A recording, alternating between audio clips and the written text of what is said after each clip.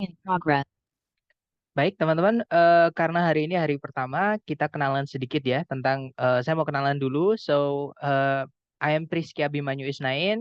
Usually my friends call me Priski, but my members at Kampung Inggris Pare usually call me Mr. P. Jadi teman-teman feel free to call me Priski or Mr. P ya. Jadi boleh memanggil saya Priski atau Mr. P. But I don't recommend you to browse my photos on Google using Mr. P ya. Jadi kalau mau nyari foto saya jangan pakai nama Mr. P karena nanti yang keluar bukan foto saya, and I assure you that like that. Jadi saya pastikan nanti yang keluar barang lain ya, teman-teman, makhluk lain gitu.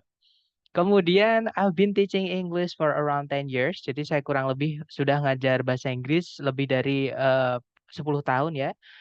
Eh, and I'm still learning too. Jadi saya juga masih belajar. Di sini kita sharing bareng. Jadi nggak ada tutor, nggak ada member. Di sini kita sama-sama belajar, oke?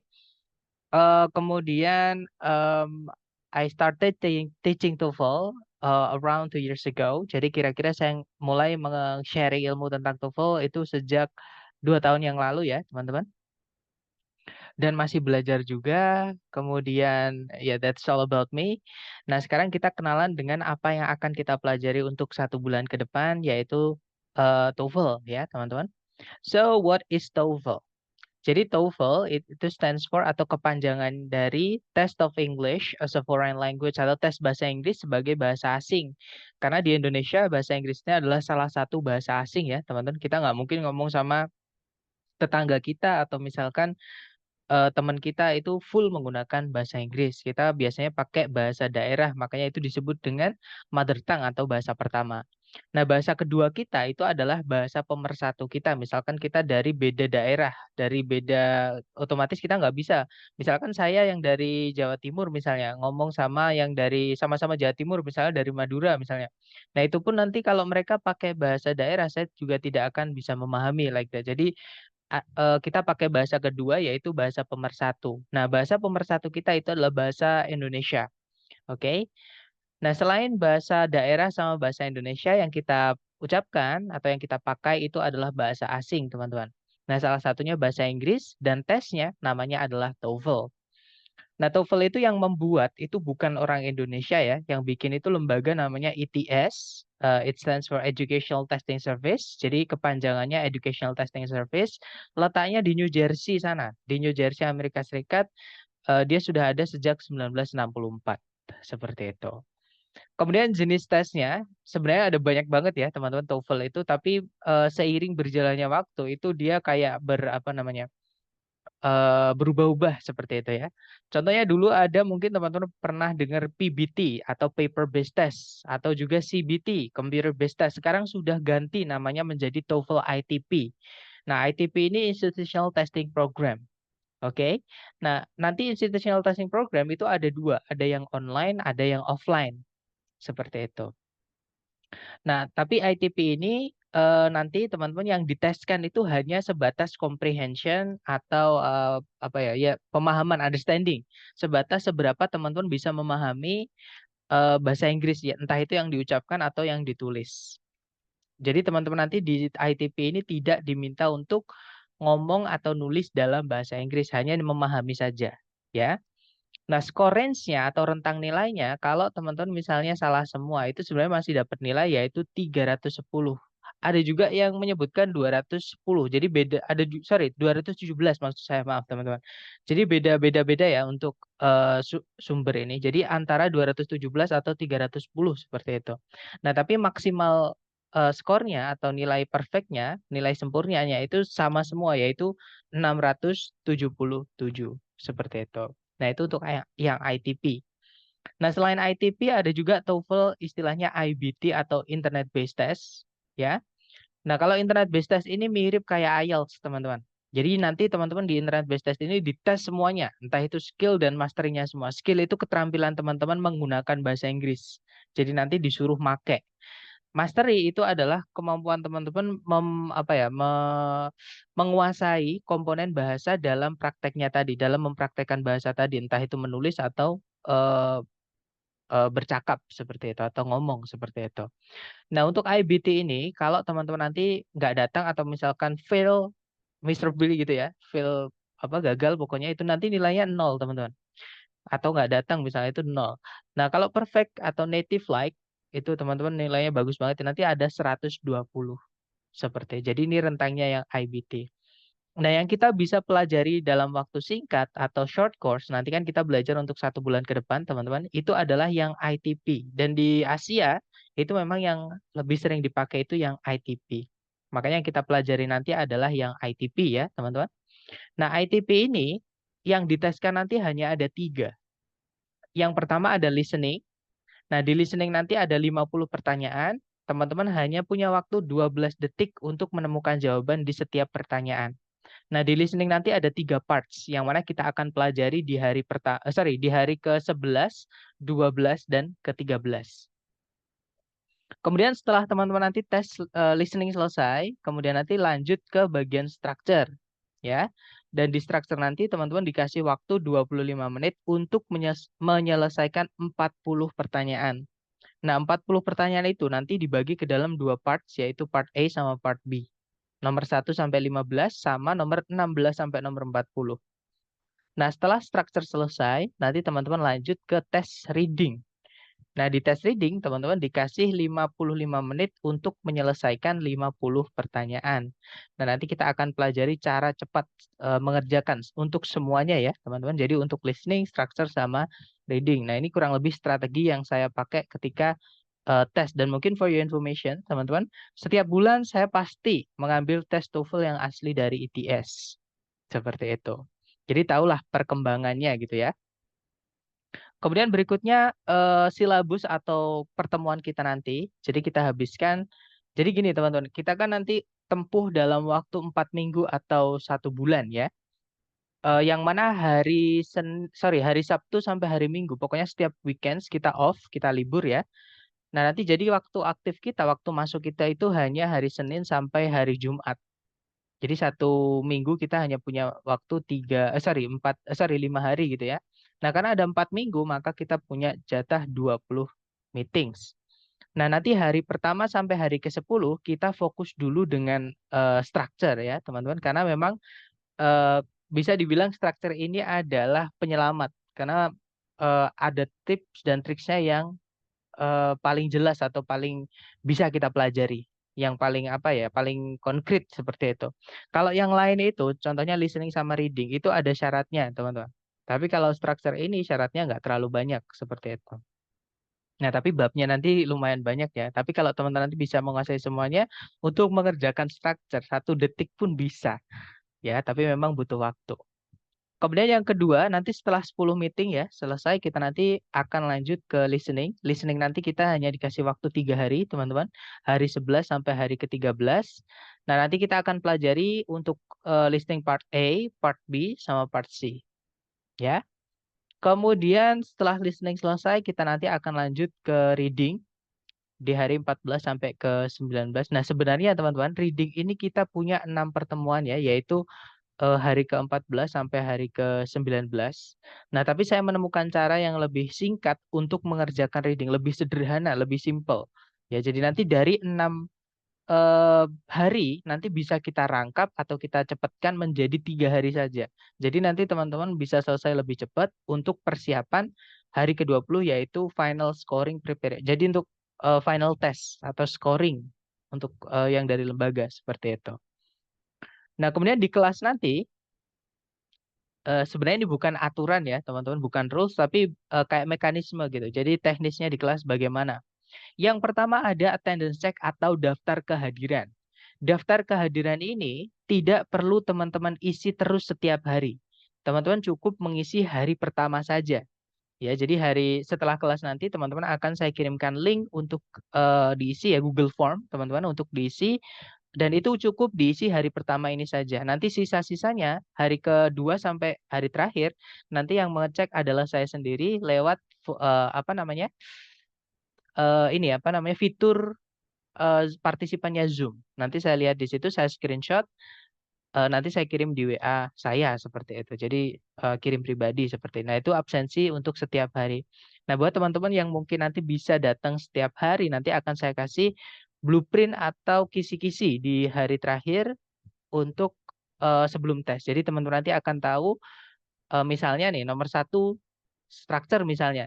Itu adalah bab tentang ini. Nanti akan saya samakan juga dari kisi-kisi. Jadi soalnya saya buatkan yang mirip dan eh, kisi-kisinya saya samakan. Misalkan yang hilang subjeknya. Nah, di soal kisi-kisi itu yang saya hilangkan juga subjeknya di nomor satu. Jadi seperti itu. Nah, tapi kalau teman-teman misalnya nih kepikiran, Sir, saya kayaknya nggak bisa datang terus, nggak apa-apa. Teman-teman kabari saja, nanti dikasih tahu nama Zoom-nya siapa, jangan lupa ya. Karena kalau cuma izin nggak dikasih nama Zoom-nya ya sama saja, saya nggak tahu ini siapa, seperti itu. Nah, nanti teman-teman kasih tahu nama Zoom-nya, terus alasannya kenapa, seperti itu. Kemudian kalau misalnya teman-teman nanti di akhir meeting masih takut nih, misalnya masih masih bingung, masih belum siap untuk tes, tapi udah tiba-tiba sama lembaga disuruh tes kan waktunya kan terbatas teman-teman 1 minggu kalau nggak salah waktu untuk tes. Nah teman-teman tenang aja, nanti saya adakan juga kelas tambahan untuk membahas soal tes. Jadi buat teman-teman menyelamatkan nilai yang ada di sertifikat seperti itu. Kemudian yang berikutnya, kalau teman-teman ada pertanyaan, tidak perlu menunggu saya berhenti bicara ya, teman-teman langsung aja interupsi saya, bisa langsung dipotong, nggak apa-apa. Karena takutnya kalau teman-teman menunggu saya berhenti ngomong, nanti lupa pertanyaannya apa. Oke. Kemudian yang terakhir ini yang paling penting buat teman-teman ya, buat saya juga sih sebenarnya. Jadi masing-masing kita itu yang paling penting di soal TOEFL itu adalah vocab. Semakin banyak vocab atau kosakata teman-teman dalam bahasa Inggris, terutama yang akademik ya, karena TOEFL ini salah satu tes akademik. Nah, maka nanti TOEFL saya pastikan teman-teman mengerjakan TOEFL ini pasti semakin gampang. Nah, tapi misalnya nih teman-teman berpikir kalau Sir, vocab saya terbatas sekali, sedikit sekali. Sama, saya juga merasa demikian, teman-teman. Nah, teman-teman nggak perlu khawatir untuk memperkaya vocab itu tidak perlu hafalan. Teman-teman nanti saya sediakan apa namanya latihan soal di luar kelas. Nanti teman-teman hajar latihan aja. Kalau dapat vocab baru, teman-teman tulis. Kalau nggak ditulis, nanti kayak saya dulu, saya pernah merasakan kalau dapat vocab saya kayak sepelekan gitu, alah nanti pasti ingat nggak? Cuman saya ingat-ingat. Nah akhirnya banyak yang lupa, jadi sayang teman-teman.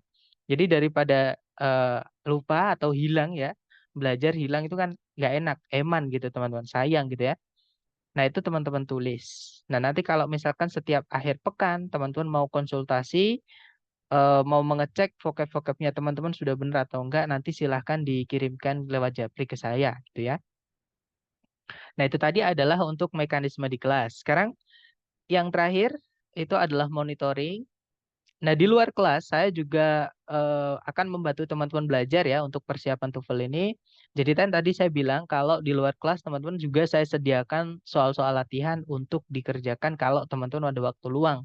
Seperti itu ya.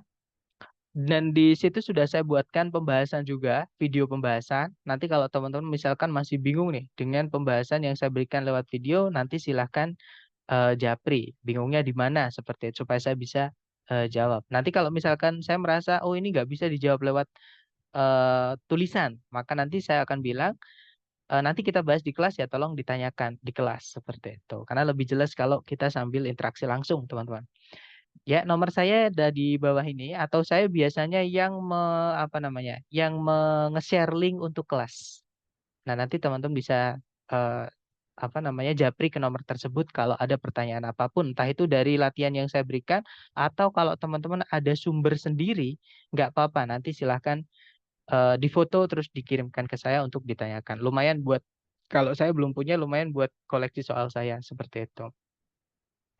Nah, mungkin adakah pertanyaan dulu mengenai mekanisme kita di kelas dan penjelasan untuk 1 bulan ke depan, teman-teman, sebelum kita lanjut ke materi kita pertama, yaitu tentang kalimat. Silahkan kalau ada pertanyaan. This is excuse me. Yes, please. Silahkan, Mau Mister. nanya, berarti tadi yang untuk absen per meeting itu screenshot kirim ke WA Mr. P ya? Oh, no, no. Yang meng-screenshot nanti saya sendiri, Mister. Jadi, di akhir meeting atau di awal meeting, jadi dua ya. Jadi, saya meng-screenshot awal sama akhir. Nanti akan saya kirimkan di WhatsApp saya sendiri. Di apa namanya? Kan bisa tuh ngirim ke WhatsApp sendiri bisa, tapi itu hanya saya kirim di apa namanya hari kedua dan seterusnya. Nanti hari pertama teman-teman ngisi sendiri, nanti saya kirimkan link untuk diisi setelah kelas entah kelas sore atau kelas malam. Jadi teman-teman tidak perlu absensi lagi untuk sisanya. Seperti itu, Mister. Oke, Hanya thank you sir. Oke, dapat ya. Hanya hari pertama saja. Oke. Oke, mungkin ada pertanyaan lagi, silahkan.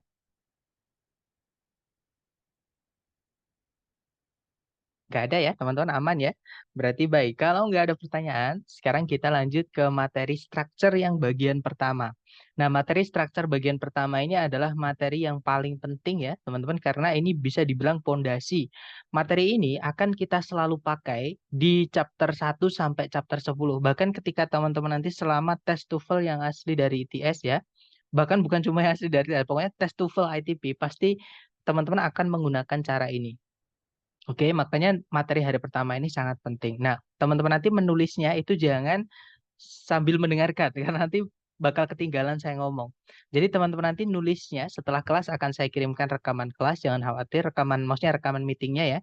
Nanti nulisnya ketika setelah kelas. Dan nanti kalau ada pertanyaan boleh japri saya gitu ya. Kalau pas di luar kelas, kalau pas di kelas langsung tanyakan. Oke. Nah, kita akan belajar hari ini tentang sentence atau kalimat. Nah, sebelum saya mau lanjut ke maksudnya ke materi inti, saya mau menjelaskan dulu kenapa kita harus belajar sentence ini.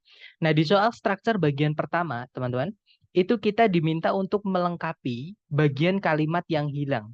Jadi ada soal atau kalimat utuh yang dihilangkan sama si pembuat soal. Nah, bagian yang dihilangkan itu dimasukkan di salah satu pilihan A, B, C, D. Nah, supaya kita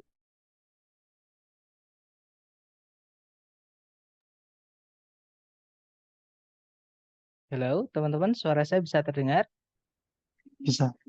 I'm sorry guys, I was thrown out of the meeting. Tadi saya terlempar keluar ya dari meeting because of my bad connection. Oke, kita kembali. Nah, kenapa kok kita harus belajar tentang kalimat atau kita kenal dengan kalimat itu tadi ya saya sampaikan kalau di soal struktur bagian pertama itu kita akan diminta untuk mengisi bagian kalimat yang hilang.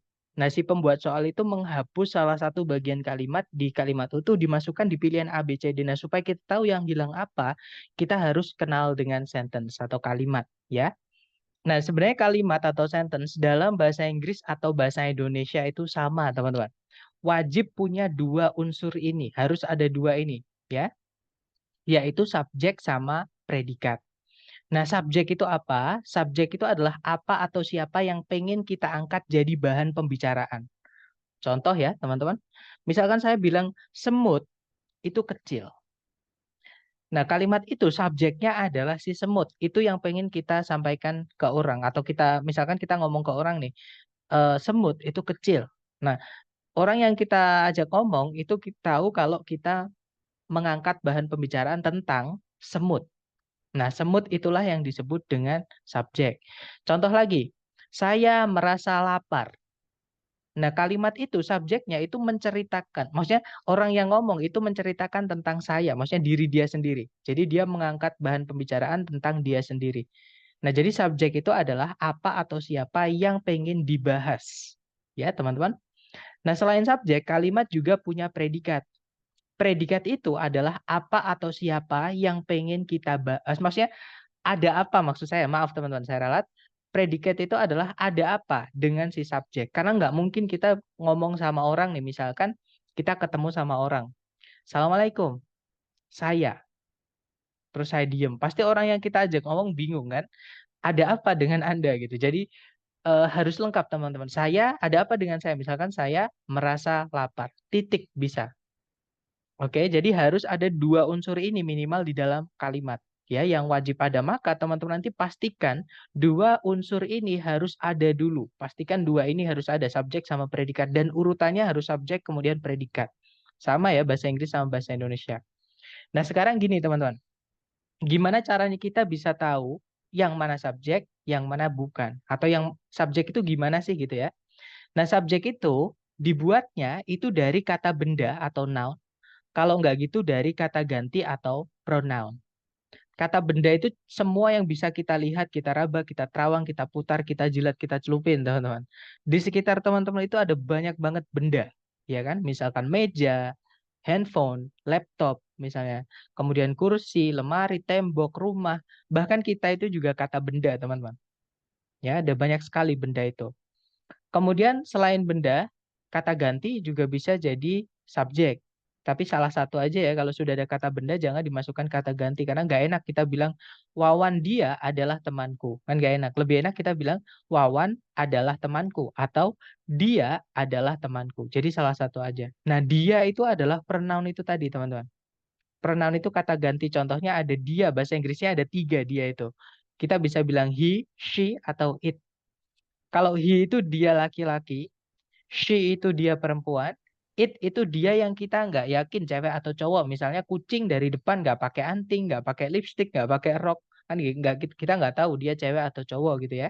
Nah kita pakainya it. Atau bolpen misalnya, bolpen kan nggak tahu cewek cowoknya yang gimana. Nah itu kita pakainya it. Kalau jumlahnya satu ya. Kalau jumlahnya banyak, entah itu manusia, entah itu bukan, pakainya they. Kata gantinya ya. Atau those juga bisa. Those itu juga bisa diartikan mereka. Ones juga bisa, others kalau others artinya lain-lain atau yang lain-lain. Nah, ini adalah 2 kelas kata yang bisa menjadi subjek dalam bahasa Inggris. Ya, teman-teman. Nah, selain subjek tadi ada juga predikat. Nah, bedanya bahasa Inggris dan bahasa Indonesia ini adalah di pembentukan predikat, teman-teman. Kalau dalam bahasa Indonesia, predikat itu bisa dari kelas kata apapun. Kita bisa bilang saya baik-baik saja. Tapi dalam bahasa Inggris, kita nggak bisa bilang I okay, I fine. Itu nggak bisa, teman-teman. Harus ada predikatnya. Nah, predikat itu dibuatnya adalah dari kata kerja kalau dalam bahasa Inggris ya, atau kita nyebutnya verb. Oke, kata kerja atau verb. Nah, kata kerja itu semua yang bisa dikerjakan. Misalnya jatuh, misalnya membaca, misalnya berlari, misalnya terbang, misalnya apa? Membersihkan, misalnya membuka, menutup dan lain-lain. Ya. Nah, itu adalah disebut kata kerja dan bahasa Inggris itu yang bisa jadi predikat cuman kata kerja. Nah, terus gimana, Sir? Kita caranya bilang saya baik-baik saja. Kan kita nggak bisa pakai I fine. Nah, pasti teman-teman tahu bahasa Inggrisnya aku baik-baik saja. Karena di waktu kita sekolah dulu, itu pasti sering dipakai oleh guru kita. Ketika guru kita bertanya, how are you today? So, how do you answer, guys? How do you respond? Kita jawabnya gimana tuh? Kalau ada yang tanya, how are you today? I'm Ja- fine. Fine. Betul, I am I'm fine. good. I'm good. That's right. I'm excellent. Jadi, sorry, I am fine atau I'm good misalnya. Nah, jadi sebenarnya yang artinya saya di kata I'm fine itu kan adalah I sebenarnya. Ya kan? Kemudian yang artinya baik-baik saja, sorry, itu adalah fine atau baik gitu ya. Saya baik. Nah, cuman di situ ada kata yang tiba-tiba ada yaitu kata am, teman-teman. Nah, ini kembali ke materi kita hari ini atau teori kalimat tadi ya. Jadi kalimat itu wajib punya yang namanya predikat. Makanya dalam bahasa Inggris kalau kita mau bilang saya baik-baik saja itu I fine.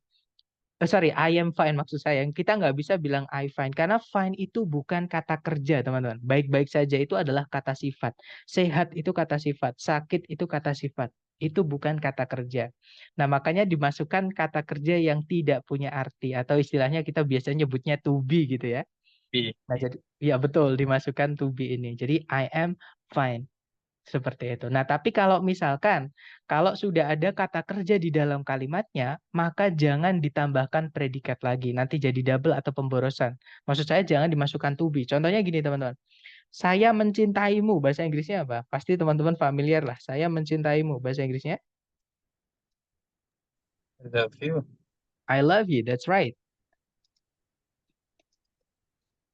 Nah, di sini tidak ada kata M-nya. Bukan I am love you, tapi I love you. Alasannya simple, teman-teman. Karena love itu dia adalah kata Mencintai kerja. kata kerja. Betul, itu adalah mencintai itu adalah kata kerja atau verb. Maka jangan dimasukkan to be.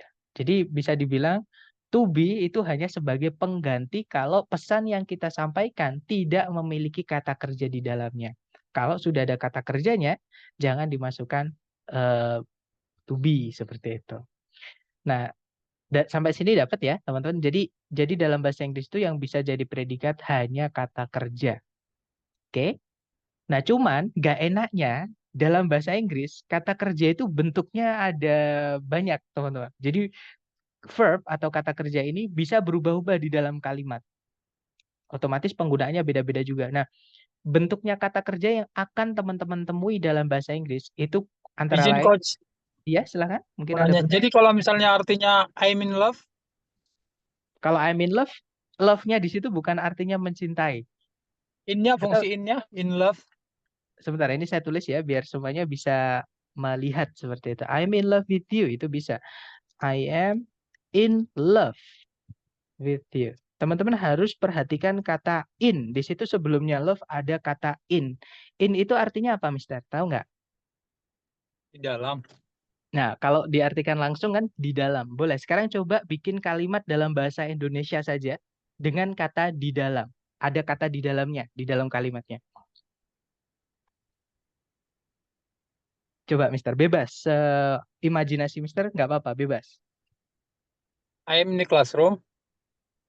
Oke, boleh. Kalau di Indonesia kan?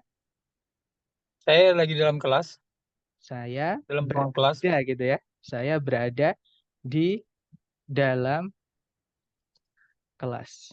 Nah, ini kalau kita analisa, teman-teman, di dalam kelas, in-nya kan, sebentar, ini bukan yang atas ya, ini yang bawah ya, beda ya. Ini kalau ditranslate ke dalam bahasa Inggris, itu I am in the classroom. Saya lagi di dalam kelas nih, misalkan kita di telepon teman kita. Nah, ini kalau kita analisa, teman-teman, di setelahnya in, the classroom itu kata apa? Ada kata the-nya di situ, Mister. Atau dihilangkan the-nya juga nggak apa-apa. Preposition. Sorry, gimana, Mister? Objek preposition. Di classroom itu objek preposition karena ada kata depan in di dalamnya. Oke, dapat. Jadi object of preposition itu sebenarnya bukan kelas kata, Mister. Jadi ini ya, saya tulis jumlah kelas. Ini saya tepikan dulu. Saya jelaskan dulu. Adverb of place, sir. Nah, boleh disebut dengan adverb of place ketika dia sudah jadi satu. Sudah jadi satu. In the classroom, itu kalau diartikan di dalam kelas, itu adverb of place. Keterangan tempat. Nah, jadi sekarang kita bisa telaah ya. In itu kelas katanya adalah preposisi. Ya, itu namanya preposisi. Preposisi itu fungsinya adalah merubah kata benda setelahnya menjadi keterangan. Salah satunya keterangan tempat. Keterangan itu ada banyak banget, teman-teman. Bukan cuma keterangan tempat. Ya. Nah, jadi kita kembali lagi ke awal tadi. I am in love with you. Love-nya itu bukan kata kerja, itu adalah kata benda, teman-teman. Nah, kenapa kok gitu, Sir? Karena in itu adalah preposisi, teman-teman. Preposisi itu aturannya setelahnya harus ada kata benda atau tadi misternya menyebutnya adalah object of preposition. Jadi fungsi kata benda, teman-teman, itu bukan cuma subjek ya. Nah, fungsinya kata benda itu bukan cuma subjek. Di dalam kalimat, kata benda itu juga bisa jadi objek. Nah, yang punya objek itu bukan cuma kata kerja atau predikat. Preposisi atau contohnya kata in ini ya, itu selalu butuh objek. Harus ada noun setelahnya atau kata ganti ya, atau pronoun. Fungsinya nanti jadi object of preposition. Atau objeknya preposisi kalau diartikan gitu ke bahasa Indonesia gitu ya. Nah, preposisi sama objeknya di dalam kalimat, kan kalau kalimat utuh itu SPOK. Bahasa Indonesia sama bahasa Inggris sama, cuman sebutannya nanti yang beda ya. Jadi subjek, predikat, objek, keterangan kalau dalam bahasa Indonesia. Kalau dalam bahasa Inggris kita nyebutnya complement atau pelengkap. Ya, nah nggak ada preposisi itu nggak ada di dalam kalimat, ya kan?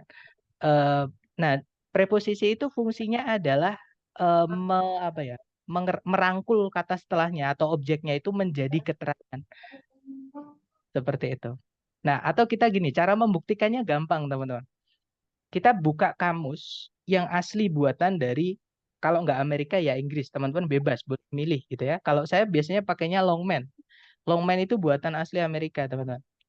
Nah, ini bisa dibilang kamus monolingual. Jadi bahasanya cuma bahasa Inggris, nggak ada bahasa Indonesianya. Tolong saya dikasih tahu kalau layar teman-teman sudah pindah ke kamus Longman, ya. Sudah pindah. Oke, sudah ya. Thank you, Miss. Kita cari kata love untuk mengecek dalam bahasa Inggris.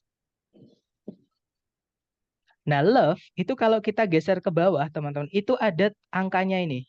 Kalau ada angkanya seperti ini, tandanya kelas katanya itu lebih dari 1. Ya. Nah, kalau kita cek love yang pertama memang kata kerja. Boleh dicek teman-teman di contoh-contohnya. Contohnya itu yang ada tandanya ini. Ya. Nah, ini adalah contoh penggunaan love yang kata kerja. Boleh dicek, ada nggak sebelumnya love kata in? Atau teman-temannya in yang kita sebut preposisi tadi. Contoh yang pertama ada, I love you, Tracy. Nggak ada in-nya. Contoh lagi yang bawahnya, he was the only man she had ever loved. Nggak ada in-nya juga. Yang bawah juga love. Nah, intinya love yang ada in-nya itu bukan kata kerja. Kan tadi pertanyaannya, I am in love, gitu kan? Saya sedang merasakan cinta, maksudnya gitu ya, atau berada dalam keadaan cinta. Nah, kalau kita geser ke bawah lagi, love itu yang kedua, kelas katanya adalah noun, bukan kata kerja, teman-teman. Hah? Habis Jum? Baru selesai. Sebentar, saya lihat dulu ya, teman-teman. Oke. Nah, contoh, sekarang kita cek yang love yang dia adalah kata benda. Pengertian love yang kedua ya, atau kelas katanya love yang kedua, yaitu yang kata benda atau noun tadi. Nah, itu kalau kita cek ke bawah, ada Tiara is madly in love with you. Ada in-nya. Karena aturan in itu kelas katanya preposisi, teman-teman. Harus ada kata benda setelahnya. Nanti kita akan pelajari ini di hari ke-7, jangan khawatir ya. Kita step by step, teman-teman. Nah, di sini apakah menjawab, Mister? Kenapa kok I am in love itu predikatnya bukan di love-nya, tapi di am-nya? Kenapa kita nggak bisa bilang I in love? Kalau kita bilang I in love, predikatnya mana? Nggak ada nanti. Gimana, Mister? Dapat nggak kalau dari penjelasan saya seperti ini?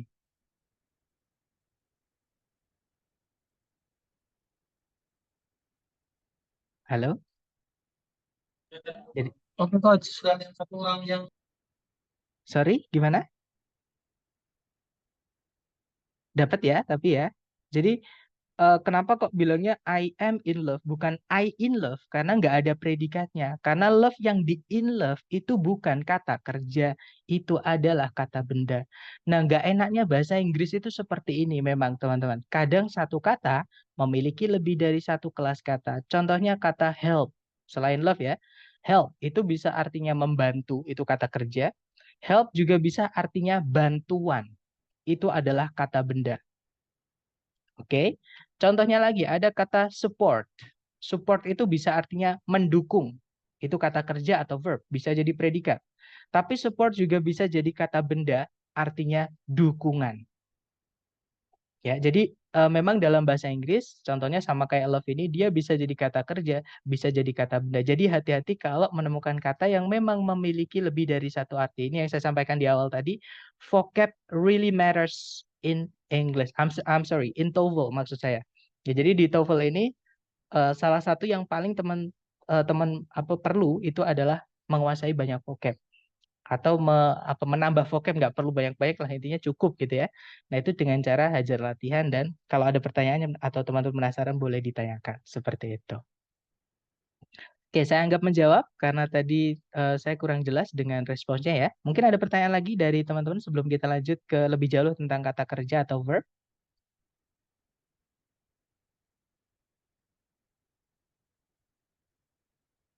Aman ya, teman-teman, nggak ada pertanyaan lagi.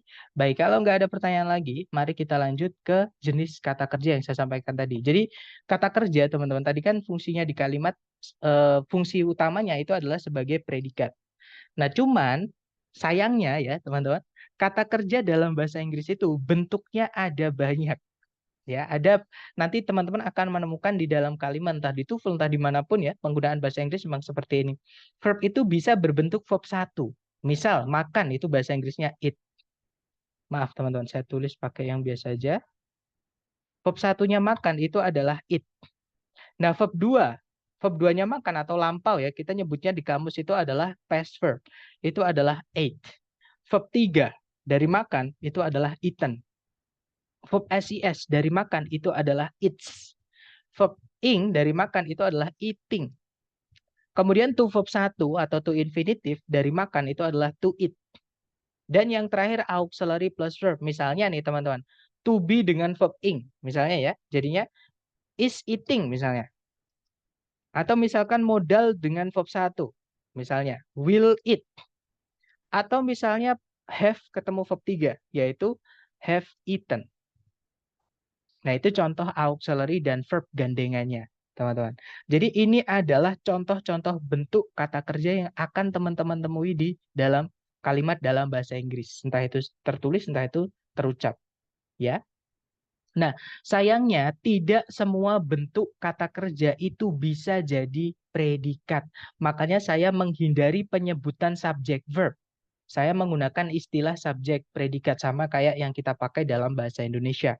Ada alasannya. Alasannya adalah kalau saya menyebut subjek verb, takutnya semua kata kerja yang teman-teman temui di kalimat atau di TOEFL itu nanti dianggapnya predikat. Takutnya di situ aja. Makanya saya menyebutnya subjek predikat aja daripada subjek verb. Ya. Nah, terus gini, verb apa aja yang bisa jadi predikat dan verb apa aja yang tidak bisa jadi predikat. Nah, verb itu yang bisa jadi predikat hanya verb 1 dan verb SIS untuk present atau fakta ya, teman-teman. Kemudian verb 2 untuk lampau dan auxiliary verb. Jadi kalau teman-teman menemukan ada verb 1, verb 2, verb SIS, auxiliary verb, fix mereka adalah predikat. Ya. Nah, tapi kalau teman-teman menemukan ada verb 3 yang berdiri sendiri tanpa auxiliary sebelumnya, kemudian verb ing yang berdiri sendiri tanpa auxiliary sebelumnya, ataupun to verb 1, mereka bukan predikat. Seperti itu. Nah, secara teori kita sudah selesai, teman-teman. Silahkan difoto dulu, nggak apa-apa. Supaya teman-teman nanti lebih sambil latihan bisa melihat fotonya gitu ya. Sambil teman-teman foto, mungkin ada yang ingin bertanya, silahkan ditanyakan teman-teman. Feel free to ask anything.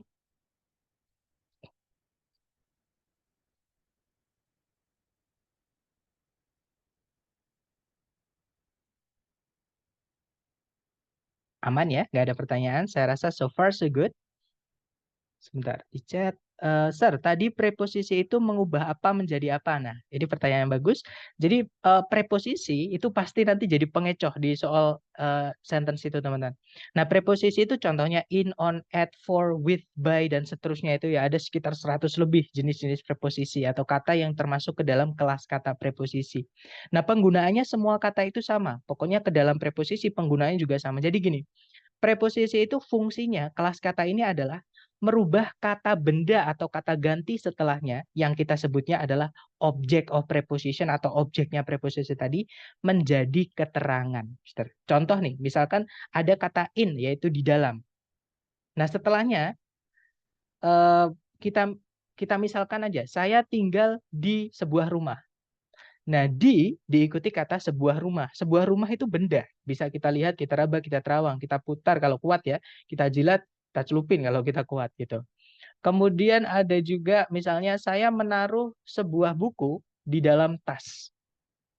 Nah, tas itu kata benda. Fungsinya sebagai objek dari preposisi in. Nah, preposisi in dan tas atau bag tadi itu jadi satu kesatuan kalau di dalam kalimat. Fungsinya menjadi keterangan. Jadi saya ulang lagi, preposisi fungsinya adalah merubah objek setelahnya menjadi keterangan, Mister. Jadi adverb. Ya. Bisa adverb of time, bisa adverb of place, adverb of manner, adverb of agent, adverb of purpose, dan sebagainya.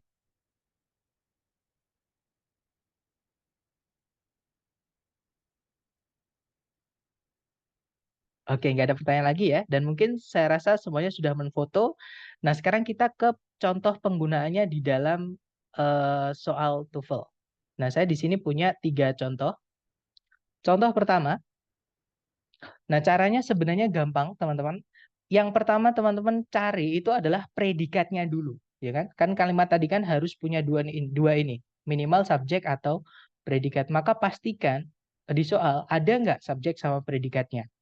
Oke, nah pertanyaan saya ke teman-teman nih, di soal ada nggak teman-teman predikat? Kalau ada yang mana? Tadi yang hidup ada are. Ya, ada are. Pokoknya teman-teman menemukan keluarganya to be, entah itu is, am, are, was, were, ya, fix mereka adalah predikat. Entah itu yang dia berdiri sendiri, contohnya di I am fine tadi, atau dia sebagai auxiliary. Nah, kalau di sini dia sebagai auxiliary ya, teman-teman. Kenapa? Karena setelahnya ada verb-nya yaitu noun. Jadi di sini sudah ada predikat yaitu are noun. Nah, sebelumnya predikat itu kan harusnya ada subjek. Tapi di sini nggak ada. Berarti kita kehilangan subjek, teman-teman. Cari A, B, C, D yang kata benda atau kata ganti yang bisa jadi subjek. Kira-kira jawabannya yang mana, teman-teman? Ah, I. eh.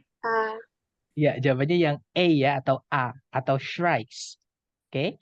Nah, nanti kalau dibaca, shrikes are known to impale their prey on thorns. Kalau diartikan, burung condet, atau apa yang namanya ya, burung shrike ini dikenal akan menancapkan buruannya atau mangsanya di duri pohon. Seperti itu. Untuk dikeringkan kalau saya nggak salah, untuk menghilangkan kan beberapa serangga mangsanya itu punya racun. Nah itu kalau udah kering racunnya udah netral itu bisa dimakan. Kalau saya nggak salah ya teman-teman. Nah kalau yang Bravo itu salahnya adalah memang di situ ada subjek yaitu the shrikes, kata benda. Cuman di situ ada kelas kata yang namanya kata hubung atau konjungsi atau bahasa Inggrisnya conjunction. Nah, kata hubung ini tidak boleh muncul ketika kalimat hanya memiliki satu subjek, satu predikat. Ya, jadi kita nggak butuh conjunction ketika subjek predikatnya nanti cuma satu. Jadi Bravo salah. Oke. Nah, kalau yang Charlie itu ada predikat lagi nanti pemborosan atau redundancy atau double nanti predikatnya ya. Nah, kalau yang delta sama kayak yang Bravo, di situ ada kata which. Kalau teman-teman menemukan 5W1H atau kata tanya ya, di soal struktur TOEFL, fix anggap mereka semua sebagai conjunction. Oke? Dan kita nggak bisa memasukkan conjunction atau kata hubung ketika subjek dan predikat itu cuma satu. Karena nanti kalau diartikan nggak lengkap, teman-teman. Karena nggak mungkin nih, misalkan ya, kita punya kalimat seperti ini. Karena aku mencintaimu, nah, yang saya ucapkan tadi memiliki subjek sama predikat, teman-teman. Subjeknya saya, predikatnya mencintai. Cuman jadi nggak lengkap. Kalimatnya belum selesai karena ada kata karena tadi di depan.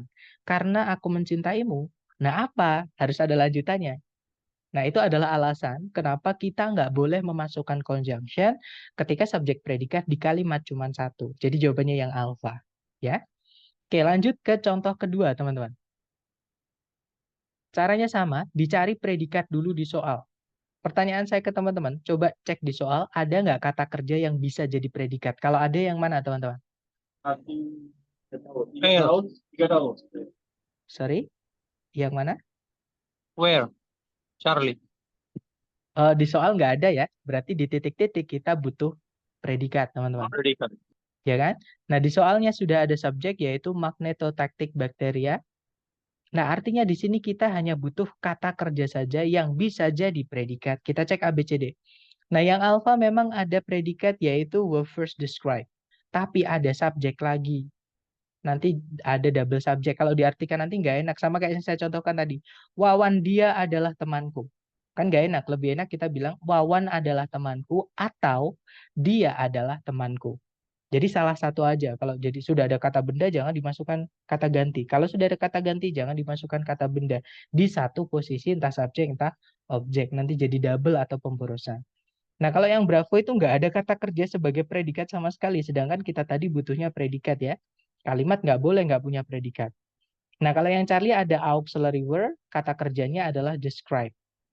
First ini cuma keterangan teman-teman. Cuman keterangan itu bisa memang nyempil-nyempil di kalimat seperti ini bisa. Ya, nggak masalah. Nah, tapi intinya kita butuhnya adalah predikat. Ini kalau teman-teman hilangkan juga nggak apa-apa. Seperti itu. Nah, jadi kemungkinan Charlie bisa. Kalau yang Delta sama kayak Bravo, tidak ada kata kerja sebagai predikat. Ya udah berarti kita jawabannya cuma yang Charlie, itu ya. Nah, nanti kalau dibaca, magnetotactic bacteria were first described in 1963 by Salvatore Bellini. Nah, magnetotactic bacteria ini pertama kali dideskripsikan atau diperkenalkan di tahun 1963 oleh Salvatore Bellini. Kemudian ada pertanyaan, Sir, mohon maaf saya kurang paham. Jadi predikat itu bisa diisi to be atau kata kerja ya. Nah, to be itu juga kata kerja, Miss atau Mister. Ya. Jadi to be yang saya sampaikan tadi. Kenapa kok kita ngomongnya I am fine? Ya, kenapa kita bilangnya I am fine untuk bilang saya baik-baik saja? Nah, karena saya itu bahasa Inggrisnya adalah I. Kalau teman-teman cek di kamus, kita ke kamus ya teman-teman.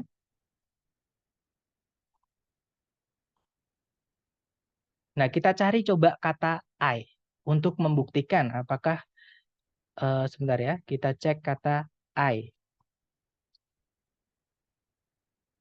Nah, I itu adalah pronoun atau kata ganti, malah di situ disebutkan ya, used as the subject of a verb. Jadi dipakai sebuah subjek atau dari ya, untuk atau dari sebuah kata kerja. Intinya jadi subjek seperti itu. I itu. Jadi saya baik-baik saja. Nah, sekarang kita cari baik-baik saja. Misalnya oke atau fine lah. Fine yang artinya baik-baik saja. Kita cek ya. Nah, fine yang artinya baik-baik saja atau sinonimnya adalah oke ini ya. Sin itu adalah sinonim, teman-teman. Itu adalah kata sifat atau adjektif. Nah, makanya kalau kita mau bilang saya baik-baik saja dalam bahasa Inggris, kita nggak boleh bilang I fine. Alasannya kenapa? Alasannya tidak ada kata kerja sebagai predikat. Ya kan? Dalam bahasa Inggris itu predikat harus dari verb atau kata kerja. Nggak boleh dari adjektif atau kata sifat. Makanya untuk bilang saya baik-baik saja itu bukan I fine, tapi I am fine. Nah, sekarang pertanyaannya adalah, nah terus predikat itu yang benar to be atau verb, Sir? Nah, to be itu juga verb, Miss. Nah, to be itu adalah verb atau kata kerja yang buat syarat. Jadi dia nggak punya arti, tapi kelas katanya kata kerja. Gitu. Jadi buat syarat, kalau pesan yang ingin kita sampaikan ke orang lain, misalnya nih, saya ngantuk. Ada yang tahu bahasa Inggrisnya saya ngantuk? Jangan takut salah, teman-teman. Harus berani salah, karena kita belajar ya. Saya ngantuk, bahasa Inggrisnya gimana kalau dalam bahasa Inggris? I am sleepy, that's right. I am sleepy. Boleh nggak kita bilang I sleepy, teman-teman? Boleh nggak kita bilang I sleepy? Sebentar, kayaknya sudah saya unmute ya. Teman-teman boleh unmute nggak apa-apa, feel free. Pokoknya teman-teman merasa lingkungan teman-teman tidak ramai gitu ya. Ada yang tahu kenapa kita nggak boleh bilang I sleepy?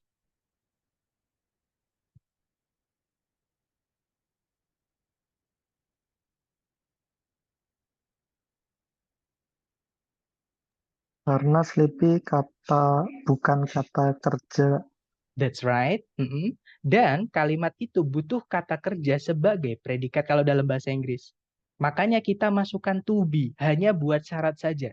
Jadi to be itu juga kata kerja, buat syarat aja supaya nanti kalimatnya punya predikat. Supaya jadi kalimat lah gitu. Nah, kalimat kan harus ada predikatnya. Nah, tapi kalau misalnya saya bilang gini, saya merasa ngantuk. Ada yang tahu bahasa Inggrisnya? Saya merasa ngantuk itu yang mana, teman-teman? Kalimat pertama, I am feel sleepy, atau kalimat kedua, I feel sleepy. Kira-kira yang mana yang benar? I feel sleepy. I feel sleepy. That's right. Alasan kenapa kita nggak boleh bilang I am feel sleepy adalah Karena feel merupakan kata Karena kerja. betul, M karena sama feel feel kata kerja. betul, M itu kata kerja, feel juga kata kerja. Nanti predikatnya double atau pemborosan. Seperti itu. Loh, Sir, kalau I am feeling sleepy, Sir, saya pernah mendengar I am feeling sleepy. Saya lagi ngerasa ngantuk. Kalimat itu betul 100%, teman-teman. Nggak salah kalau kita bilang I am feeling sleepy. Cuma nanti beda arti aja. I am feeling sleepy. Nah, itu cuma beda arti saja nanti. Artinya saya sedang merasa ngantuk. Seperti itu. Nah, bedanya apa, Sir, dengan saya merasa ngantuk? Sebenarnya ini di luar konteks TOEFL ya, karena TOEFL itu nggak pernah menanyakan bedanya sedang dan tanpa kata sedangnya. Misalkan saya merasa ngantuk. Nah, saya merasa ngantuk itu maksudnya adalah saya manusia biasa yang bisa merasa ngantuk. Atau kalau nggak gitu kita kita ini ya, kita lanjutkan. Saya merasa ngantuk ketika saya selesai kelas malam, misalnya seperti itu.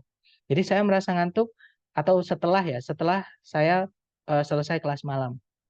Nah, itu adalah contoh penggunaan I feel sleepy. Jadi I feel sleepy saya bisa merasa ngantuk atau saya merasa ngantuk itu dipakai untuk fakta. Sebagai kita bisa merasakan ngantuk. Sedangkan yang bawah, I am feeling sleepy, saya sedang merasakan ngantuk. Itu untuk ngomongin yang kita sedang rasakan ketika kita ngomong. Ketika kita sampaikan kalimat itu. Kalau saya bilang I am feeling sleepy, berarti sekarang ini saya lagi ngerasain ngantuk. Seperti itu. Nah, cuman itu nanti nggak dipakai di TOEFL. Maksudnya itu nggak dipertanyakan. Di TOEFL itu tidak menanyakan continuous, perfect, itu enggak. Tenses itu yang cuma ditanyakan atau yang teman-teman perlu kuasai cuma dua. Bedanya present sama past. Itu aja. Ya. Jadi perbedaannya di situ. Nah, kita kembali lagi di sini tadi. Loh, sir, I am feeling sleepy. Itu kan ada am, ada feel. Nah, cuman feel-nya di situ sudah diingkan, teman-teman. Yang saya sampaikan di PPT tadi, verb ing itu tidak bisa jadi predikat. Kecuali sebelumnya ada auxiliary-nya. Nah, am feeling ini jadi satu, teman-teman. Itu namanya adalah auxiliary verb. Atau kalau dalam grammar nyebutnya verb phrase. Ya, intinya verb gitu dia. Kalau ada, tapi kalau I feeling sleepy nggak boleh. Kita nggak boleh bilang I feeling sleepy. Karena nanti nggak ada predikatnya. Ya, verb ing nggak bisa jadi predikat. Gimana, Mister? Apakah menjawab bedanya, apakah menjawab pertanyaan to be atau kata kerja tadi? Menjawab ya. Jadi to be itu juga kata kerja, teman-teman. Nah, memang atau kita cek aja di kamus. Kita cari kata am. Contohnya ya, salah satunya to be kan am, teman-teman. Nah, ini am itu jelas di situ verb, ya kan? Nah, memang kelas kata teman-teman untuk mengeceknya di kamus, teman-teman. Di situ dijelaskan the first person singular of the present tense of the verb be. Jadi to be dari orang pertama tunggal. Orang pertama tunggal itu I, orang yang ngomong. Ya, misalkan kalau saya ngomong, berarti saya orang yang pertama. Orang kedua, orang yang diajak ngomong. Nah, di sini kasusnya misalkan saya lagi ngomong, orang keduanya berarti teman-teman. Nah, orang ketiga itu yang nggak ikut ngomong, orang yang nggak ikut pembicaraan, tapi dia dibicarakan. Contoh, di sini nggak ada yang namanya Wawan. Saya bilang ke teman-teman, Wawan adalah teman baik saya. Nah, Wawan yang saya ucapkan tadi, dia adalah orang ketiga. Nah, orang pertama itu I, makanya I am. Contohnya di situ, I try to get them off him, but am not always successful. Nah, ini kita pelajari besok kok. Kenapa di situ tiba-tiba am, terus di situ ada but. Nah, ini kita pelajari besok. Jadi kelas katanya to be itu juga adalah kata kerja. Ya, teman-teman. Seperti itu. Oke, kita kembali lagi ke PPT tadi ya. Nah, ini tadi sudah terjawab. Jawabannya adalah yang Charlie. Kita lanjut ke contoh terakhir. Caranya sama, pertanyaan saya ke teman-teman di soal, apakah ada kata kerja sebagai predikat? Kalau ada yang mana, teman-teman? Di soal ya.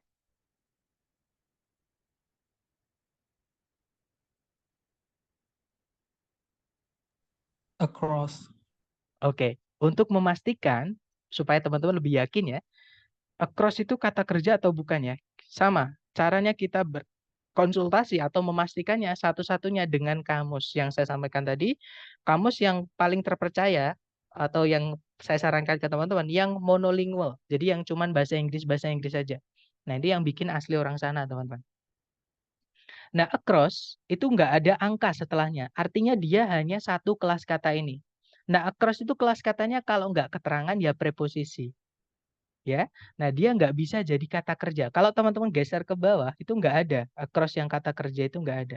Nah artinya across itu bukan kata kerja, nggak bisa dia jadi predikat. Oke, nah bedakan across dengan cross ini teman-teman. Memang dalam bahasa Inggris itu kadang kata itu juga mirip-mirip. Yang saya sampaikan tadi ya, vocab itu penting. Semakin teman-teman nanti ketemu soal, pasti semakin banyak vocab yang teman-teman dapatkan. Dan kalau dapat vocab baru, tolong sekali teman-teman ditulis. Ya, kalau nggak ditulis, trust me, bakal hilang. Seperti itu. Karena saya dulu sudah sering gitu ya, kehilangan vocab-vocab yang kalau udah diingat itu sayang banget. Dulu itu kerennya, vocabnya itu keren-keren gitu. Bagus-bagus, ternyata hilang gitu. Nah, cross itu ada beberapa kelas kata ya di situ. Intinya ada angka setelahnya. Nah, intinya yang pertama, cross itu adalah verb. Itu kalau cross, artinya melintas atau melintasi. Nah, bedanya dengan across tadi, across itu keterangan atau preposisi. Nah, di soal tadi pakainya adalah across, bukan cross. Ya, berarti itu bukan predikat, bukan kata kerja. Nah, berarti di sini kita kehilangan predikat, teman-teman. Nah, kok titik-titiknya di paling depan, kita juga kehilangan predikat fix, teman-teman cari subjek predikat. Ya, karena sebelumnya predikat itu juga harus ada subjeknya. Jadi subjek sama predikat. Cari SP di dalam soal. Maksud saya di pilihan A, B, C, D. Tahu nggak, teman-teman? SP yang mana? Ya, jawabannya yang delta. Ya. Di situ predikatnya adalah kata reduce. Subjeknya ini panjang. Teman-teman. I cannot what quit. Saya ambil dulu ya. Nah, di sini predikatnya adalah reduce. Subjeknya itu agak panjang, teman-teman. Coconut waste breakage. Nah, ini adalah salah satu alasan kenapa saya sarankan teman-teman mencari dulu predikat. Nah, karena sepanjang-panjangnya predikat, nggak bisa sepanjang-panjangnya subjek. Panjangnya subjek itu bisa panjang banget. Karena ada kata yang menjelaskan subjek, namanya adalah adjective. Jadi yang menjelaskan kata benda itu adalah adjective. Dan adjective itu bisa panjang banget, teman-teman. Nanti kita pelajari adjective itu di hari ke-6. Ya. Jadi memang saya sarankan teman-teman cari predikat dulu, ada alasannya. Karena predikat itu nggak sepanjang-panjang banget, nantinya nggak panjang sepanjang subjek gitu. Nah, berarti di sini jawabannya yang delta ya. Subjeknya yang coconut waste briquettes, predikatnya adalah reduce. Nah, nanti kalau dibaca, coconut waste briquettes reduce deforestation across the globe. Kalau diartikan, briquette limbah kelapa mengurangi penggudulan hutan di seluruh bumi atau di seluruh ya bumi gitu ya. Globe di sini maksudnya bumi. Nah, kalau yang alpha, sir, waste itu bukannya bisa jadi kata kerja ya? Betul, teman-teman. Waste itu bisa artinya menyia-nyiakan atau membuang. Membuang-buang gitu ya. Nah, cuman kalau misal kita anggap waste ini adalah kata kerja, harusnya dia verb SES, harusnya ada S-nya. Ya. Jadi kenapa, sir, kok harusnya waste? Karena verb saat di present ya, teman-teman, atau fakta, dalam menyatakan fakta dalam bahasa Inggris, kata kerja yang kita pakai adalah verb 1 atau verb SES. Nah, kapan kita pakai verb 1, kapan kita pakai verb SES, tergantung subjeknya. Kita pakai verb 1 kalau subjeknya sudah pakai S atau jamak bisa dibilang gitu ya. Nah, kita pakai verb yang ada SES-nya ketika subjeknya tidak ada S-nya atau subjeknya tunggal. Jadi S itu di dalam fakta kita pakai di salah satu, entah subjeknya, entah predikatnya. Nggak boleh kalau subjek predikat nggak ada S sama sekali di dua-duanya, nggak bisa, teman-teman. Ya, jadi makanya waves ini bukan kata kerja, tapi dia kata benda. Salah satu mengenalinya seperti itu. Jadi dari aturan grammar atau aturan structure. Nah, dari 3 contoh tadi, mungkin ada yang mau ditayangkan dulu sebelum kita praktek kelatihan buat teman-teman. Silakan kalau ada pertanyaan.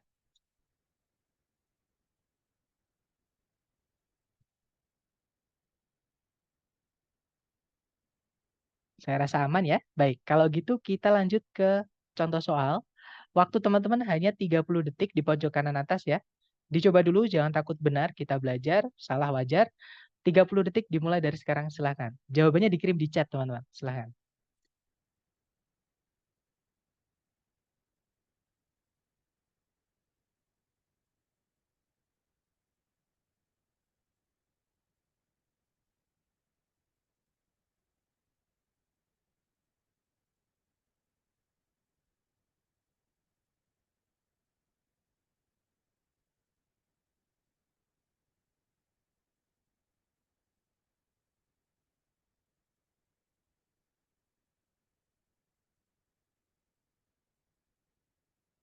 Oke, thumbs up. Silakan jawabannya teman-teman dikirim di chat sedapatnya teman-teman dulu. Salah nggak apa-apa, beda dengan yang lain nggak apa-apa, kita belajar ya. Baik, ada jawaban Charlie, Charlie, Charlie, dan saya lihat semuanya menjawab Charlie. Mari kita cek, teman-teman. Cari predikat dulu di soal. Kalau ditarik dari depan ke belakang ada predikat are known, ya kan? Nah, subjeknya belum ada, ya udah di situ kita diminta untuk mencari subjeknya. Cari A, B, C, D yang bisa jadi subjek. Yang alpha memang ada subjek, tapi ada conjunction. Kita nggak butuh conjunction atau kata hubung ketika subjek predikat cuma satu. Alpha nggak bisa.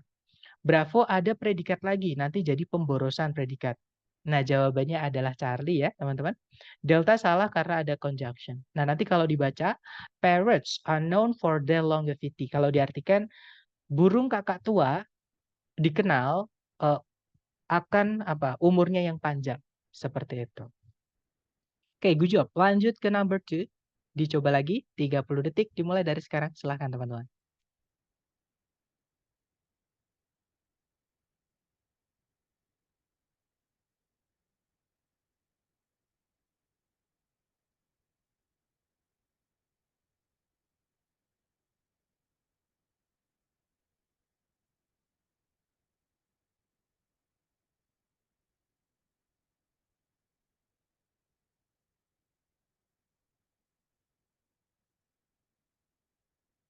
Oke, 30 detik sudah habis, teman-teman.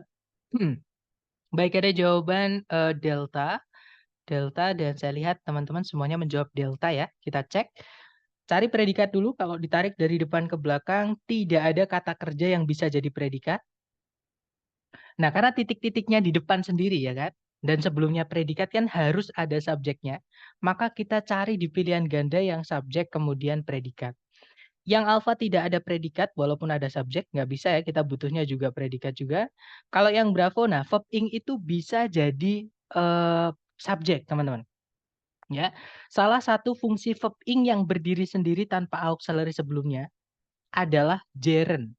Nah, gerund itu apa? Gerund itu adalah kata kerja yang difungsikan atau yang dirubah fungsinya menjadi kata benda. Maksudnya gimana, Sir? Nah, kata kerja kan sebenarnya fungsinya sebagai predikat, teman-teman, ya kan? Nah, tapi kata kerja itu bisa dijadikan subjek. Nah, syaratnya jadi subjek itu kan harus benda atau kata ganti. Makanya kata kerja kalau mau dijadikan subjek, kita rubah menjadi kata benda dulu. Nah, caranya gimana? Diingkan, dirubah menjadi verb ing. Atau bisa dibilang kalau verb ing itu salah satu fungsinya di kalimat menjadi gerund atau kata benda.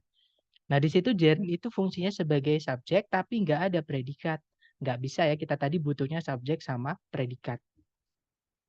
Kalau yang Charlie, di situ to verb 1. To verb 1 itu juga preposisi, teman-teman. Ya, cuman dia memang agak unik karena dia boleh diikuti verb 1. Oke, selain preposisi to nggak boleh diikuti verb 1. Cuman to aja yang boleh diikuti verb 1. Nah, apapun preposisinya, entah itu to, entah itu bukan, dia membentuk yang namanya keterangan. Jadi to see mirages itu adalah keterangan. Ya, berarti Charlie nggak bisa. Jawabannya adalah yang delta. Di situ ada subjek mirages, predikatnya can be seen. Jadi nanti kalau dibaca, mirages can be seen at sea, in deserts, on unpaved highways. Kalau diartikan, fata morgana itu bisa dilihat di permukaan laut, di gurun, kemudian atau di atas jalan tol. Maksud saya bukan jalan tol, di jalanan yang terpaving gitu ya, atau jalanan bisa salah satunya di jalan tol seperti itu. Jalanan yang datar bisa dibilang seperti itu. Oke, jawabannya delta. Nice. Lanjut ke nomor berikutnya. Silahkan teman-teman, 30 detik dimulai dari sekarang ya. Silahkan.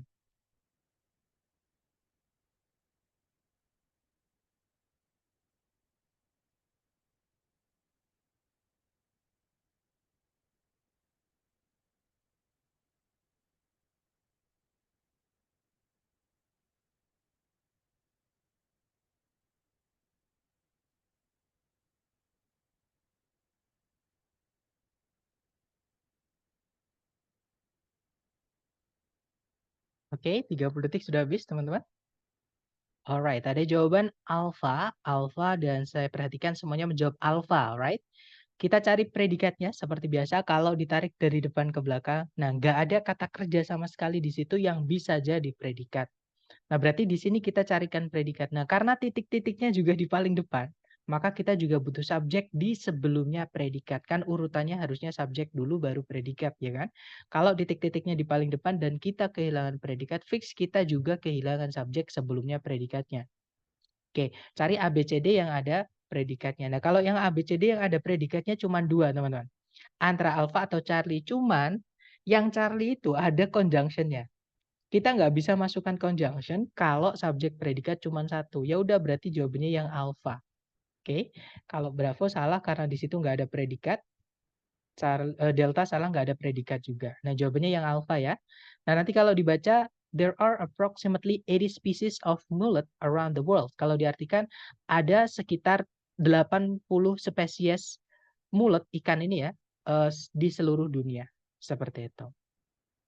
Oke, lanjut ke nomor berikutnya. Silahkan teman-teman, 30 detik dimulai dari sekarang. Silahkan.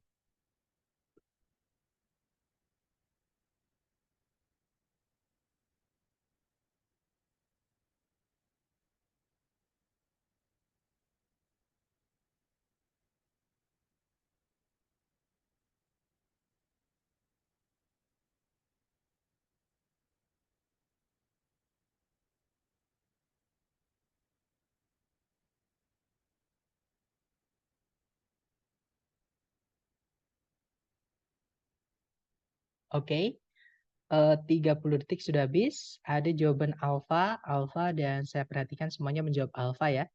Kita cek bersama, di situ ada predikat is, subjeknya belum ada, teman-teman. Nah, berarti di sini kita kehilangan subjek, ya. Nah, jawabannya adalah yang alfa. Good job, teman-teman. Bravo salah karena ada conjunction. Charlie ada predikat lagi, nanti double predikatnya. Nggak bisa ya. Delta sama kayak yang Bravo ada conjunction, sedangkan subjek predikat cuma satu, nggak bisa. Nah, nanti kalau dibaca, the largest tuna is the bluefin tuna. Kalau diartikan, jenis tuna terbesar adalah bluefin tuna atau tuna sirip biru. Oke, good job teman-teman. Lanjut ke nomor berikutnya. Silahkan, 30 detik dimulai dari sekarang. Silahkan teman-teman.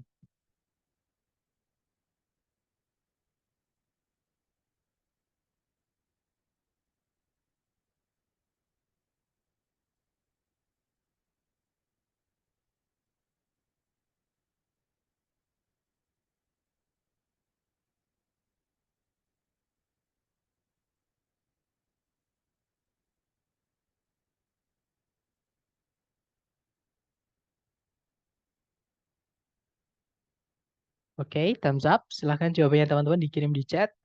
Oke, ada jawaban Bravo. Bravo dan semuanya menjawab Bravo, right? Oke, nanti saya share ya teman-teman untuk PPT-nya. Baik, kita cari predikatnya. Di situ ada can vary, artinya dapat bervariasi gitu ya, dapat berubah-ubah gitu, atau dapat bervariasi atau berbeda-beda gitu. Subjeknya yang belum ada. Nah, jadi kita di sini disuruh mencari subjek saja. Nah, ABCD yang subjek saja itu adalah yang Bravo. Good job, teman-teman. Nah, nanti kalau diartikan, meteoroids can vary in size from tiny grains to large rocks. Kalau diartikan, meteoroid itu bisa bervariasi dalam hal ukuran. Dari butiran yang sangat kecil hingga batu-batu besar. Oke, lanjut ke next number. Silahkan. You have 30 seconds. Time's yours. Silahkan, teman-teman.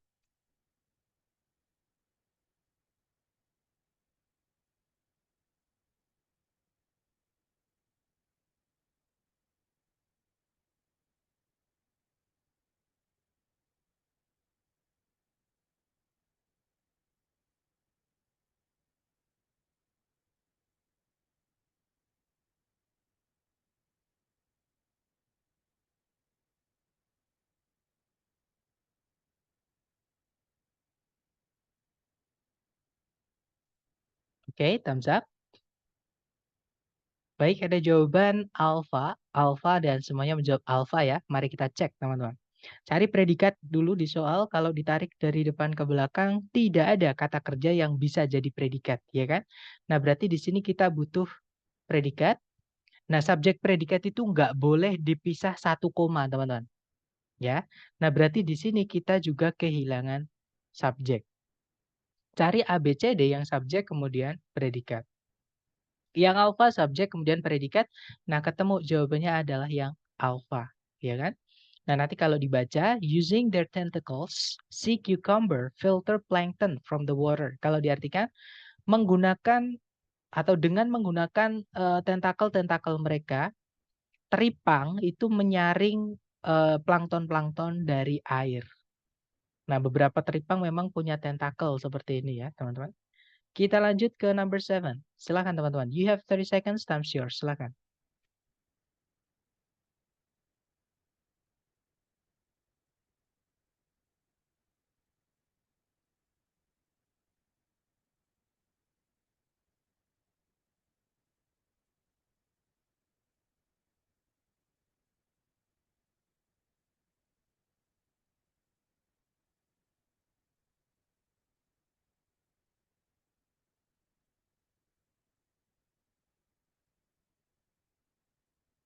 Oke, thumbs up.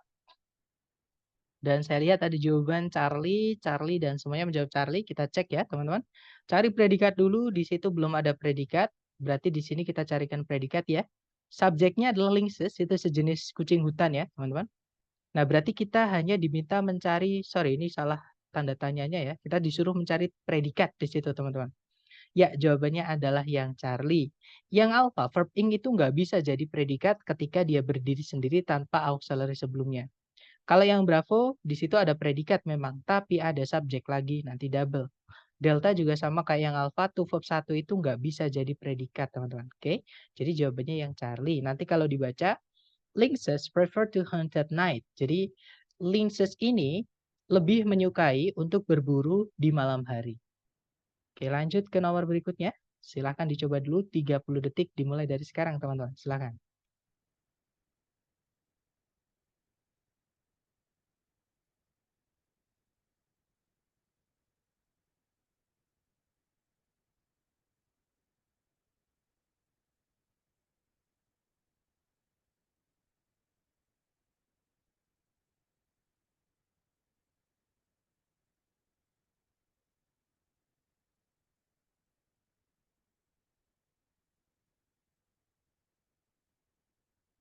Oke, thumbs up. Silahkan jawabannya teman-teman dikirim di chat ya. Kemudian kita bahas bersama. Baik, ada jawaban alfa, alfa, alfa, alfa, alfa, dan saya lihat semuanya menjawab alfa. Kita cek teman-teman.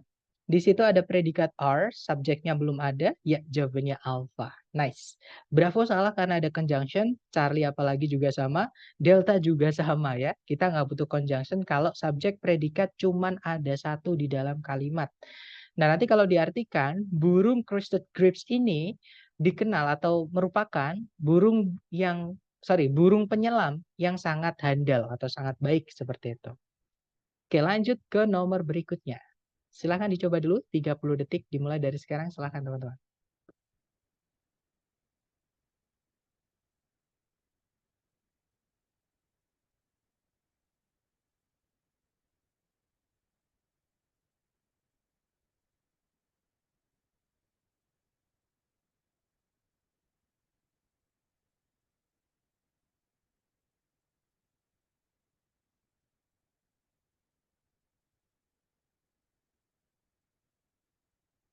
Alright, thumbs up teman-teman. Silahkan jawabannya dikirim dulu di chat ya, sedapatnya teman-teman dulu. Kemudian kita bahas bersama, silahkan. Baik, ada jawaban alfa, dan saya lihat semuanya menjawab alfa. Mari kita cek. Di situ ada predikat discovered, artinya menemukan, tapi belum ada subjeknya ya. Berarti kita diminta untuk mencari subjeknya. Nah, cari ABCD yang bisa jadi subjek. Yang alfa Edwin Hubble, itu nama. Nama itu dianggap sebagai benda, teman-teman. Atau mewakili benda gitu ya. Nah, berarti dia kemungkinan bisa jadi subjek. Kita tahan dulu. Bravo ada conjunction, nggak bisa. Charlie ada conjunction, nggak bisa. Delta double predikat nanti. Ya, jadi jawabannya yang alpha. Nanti kalau dibaca, Edwin Hubble discovered the expansion of the universe in the early 20th century. Kalau diartikan, Edwin Hubble ini menemukan pengembangan atau apa ya, ekspansi alam semesta di awal abad ke-20. Seperti itu. Oke, lanjut ke nomor terakhir, teman-teman. Nomor 10. 30 detik dimulai dari sekarang, silahkan.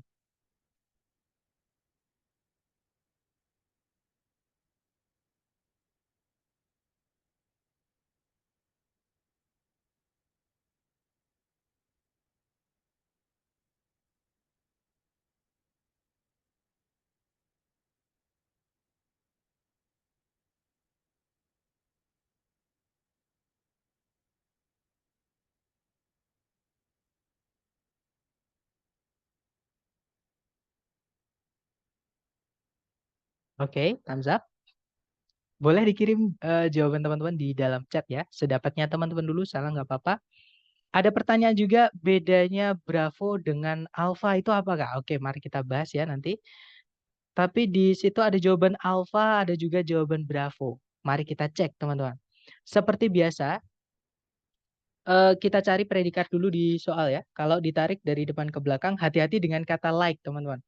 Like itu memang bisa artinya menyukai. Tapi di sini like itu bukan menyukai. Kenapa? Nggak mungkin predikat muncul di awal kalimat, teman-teman. Ya, sebelumnya predikat harus ada subjek.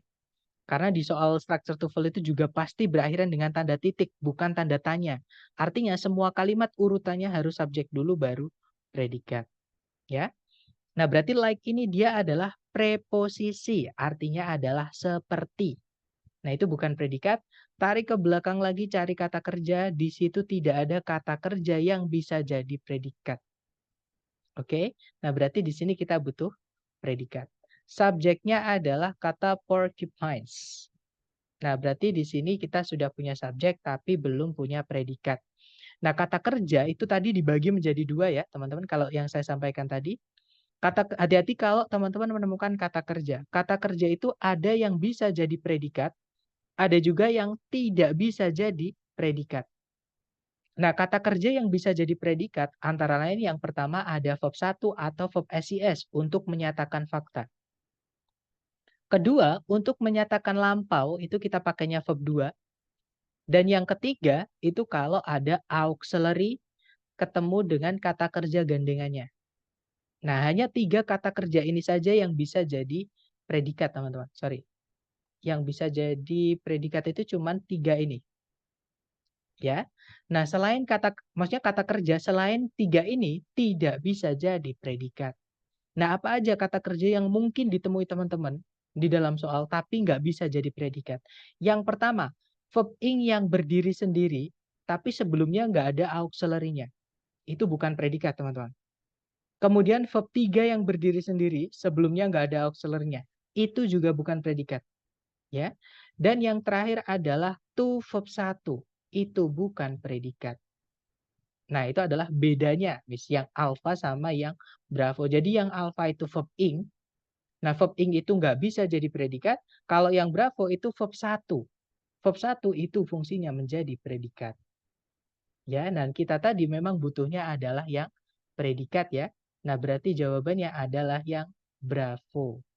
Bukan yang alpha. Yang alpha itu nggak bisa jadi predikat karena verb ing yang berdiri sendiri tanpa auxiliary sebelumnya. Charlie juga sama. To verb 1 nggak bisa jadi predikat. Itu tadi ya, to verb 1 nggak bisa jadi predikat. Delta, kalau ada kata yang akhirannya ion-ion, bisa dibilang 90%, teman-teman. Nggak semuanya ya. 90% kata yang berakhiran dengan ion-ion itu adalah kata benda.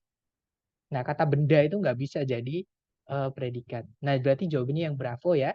Nah, nanti kalau dibaca, like hedgehogs, porcupines possess spines or quills for defense. Kalau diartikan, mirip landak yang gede itu ya, teman-teman. Porcupines atau landak kecil unyu ini memiliki spines. Spines itu tulang belakang atau quills. Quills itu rambut tajam, rambut yang kaku tajam gitu, kayak Sonic gitu ya. Untuk pertahanan diri. Defense ini yang ada pokoknya akhirannya SE itu dia adalah kata benda, teman-teman.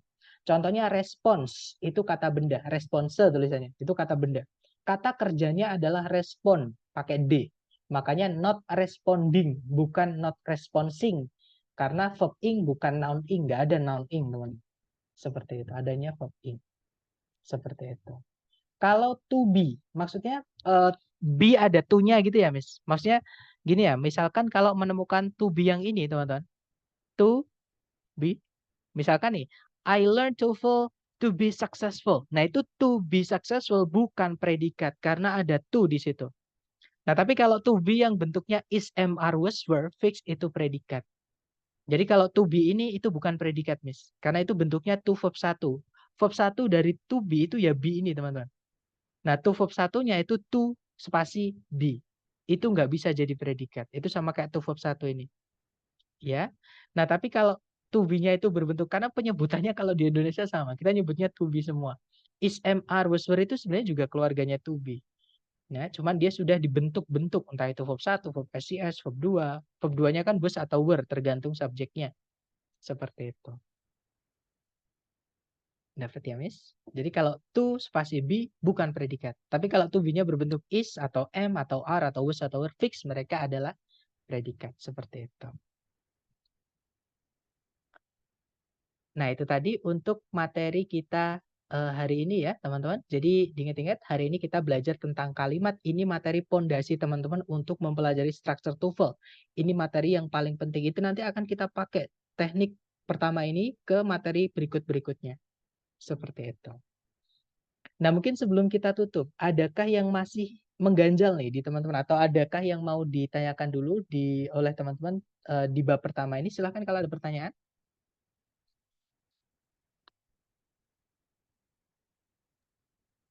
Izin coach, nanti ini kan ada jadwalnya 2. Jadi nanti yang udah masuk ini bisa lagi nanti masuk nanti gitu, perdalam gitu. Boleh. Nggak apa-apa, benar. Kalau memang saya sarankan, biasanya ya teman-teman, nggak selalu, tapi biasanya saya masih menyusun materi sore sama materi malam itu sebenarnya sama, babnya sama. Cuman latihan-latihannya nanti beda. Jadi teman-teman kalau misalkan mau menambahkan latihan lagi, sudah datang sesi sore, datang sesi malam nggak apa-apa. Aman teman-teman. Thank you. Seperti itu. Oke. Memang disarankan seperti itu ya teman-teman, kalau bisa datang di keduanya, datang aja teman-teman. Supaya nanti takutnya ada yang sesi sore nggak ditanyakan, di sesi malam ada yang bertanya. Nah, jadi nanti catatan teman-teman bisa lengkap. Tapi teman-teman juga bisa lewat rekaman juga nggak apa-apa. Tapi untuk materi hari ini sepertinya gampang ya teman-teman. Mungkin yang saya sarankan ke teman-teman adalah perkaya vocabnya. Nah, cara memperkaya vocab yang saya sampaikan tadi lewat latihan soal. Banyak latihan soal, saya pun juga sudah menyediakan buat teman-teman juga di Google Drive. Nanti saya share setelah kelas. Ya, nanti kalau ada pertanyaan di luar kelas, silakan japri saya ya teman-teman. Dan kalau nggak ada pertanyaan lagi, terima kasih sudah datang sore ini. It's nice to meet you, teman-teman. Semoga nanti 1 bulan ke depan betah belajar dengan saya ya. Dan thank you so much. Setelah saya say, Assalamualaikum and have a good day guys. See you next time.